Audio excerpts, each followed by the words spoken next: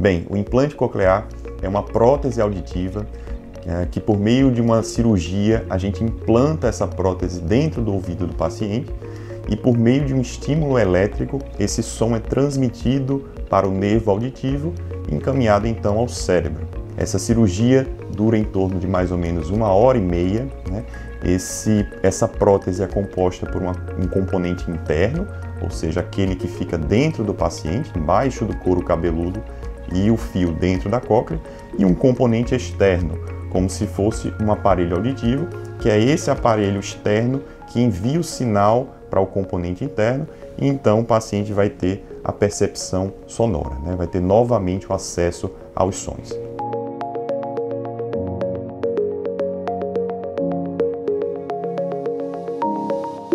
A cirurgia é realizada através de um corte que a gente faz atrás da orelha, né? A gente realiza uma mastoidectomia, que é a brocagem do osso da mastoide, para ter acesso ao ouvido interno, que é onde fica localizada a cóclea, né?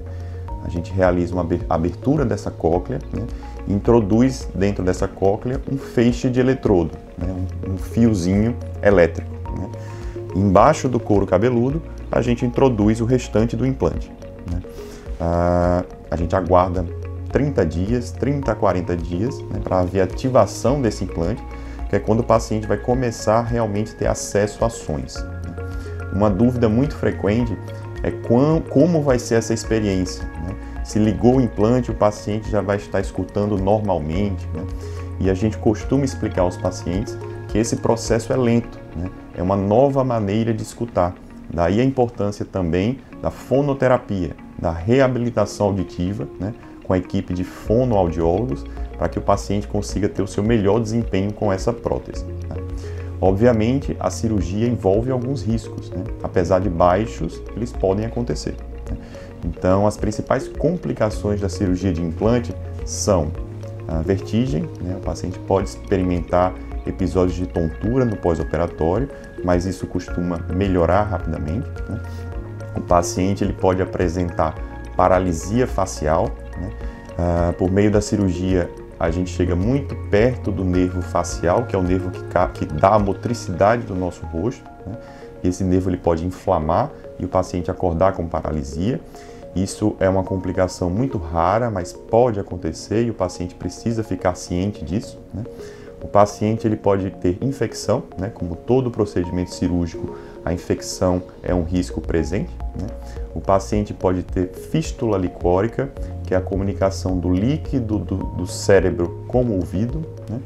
E existe um risco inerente ao procedimento, que seria não conseguir colocar o fio de eletrodo, né, dentro da cóclea por alguma inflamação dentro dessa cóclea, né? Então esses 5 são os principais riscos do procedimento.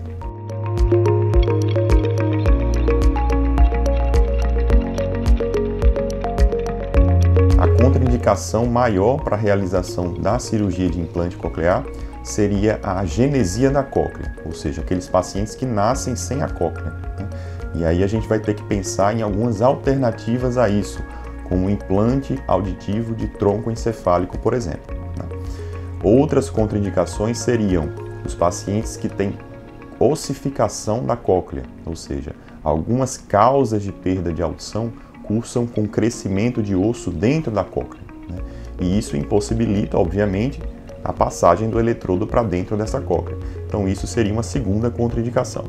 A terceira principal contraindicação seria a agenesia do nervo coclear, ou seja, a cóclea está presente, porém o paciente não tem o nervo que conduz esse sinal para o cérebro, né? Então não adianta realizar o implante coclear nessa cóclea se não há o fio para conduzir essa resposta ao cérebro. Então essas são as 3 principais contraindicações à cirurgia de implante coclear.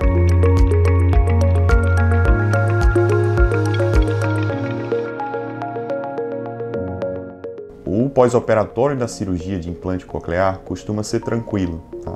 Não é uma cirurgia que costuma doer, né, em excesso, que incapacite o paciente de realizar suas atividades simples do dia a dia, tá?